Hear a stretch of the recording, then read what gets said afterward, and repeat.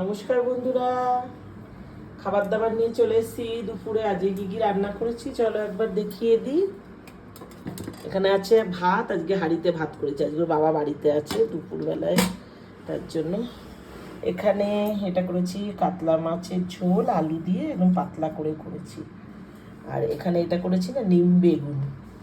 আর এইটা আছে এখানে মাছের মাথা দিয়ে করেছি বাঁধাকপির তরকারি।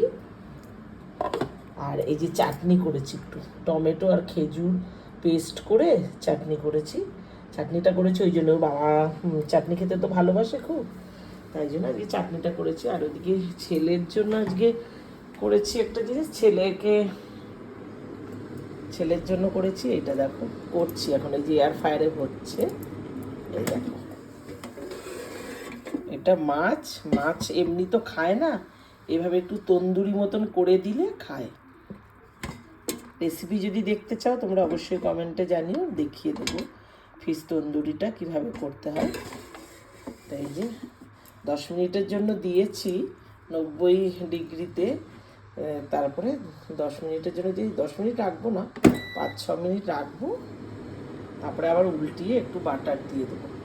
ছেলে এখনও আসেনি, রেডি করে রাখলাম, ছেলে আসলে আর একবার এটা চালিয়ে দিয়ে তারপরে খেতে দেবো। চলো তাহলে আমরা আবার খাবার দাবার সেরে নিই, ওর বাবাকে ডাকি। চলো, এই হলো আজকের লাঞ্চ মেনু।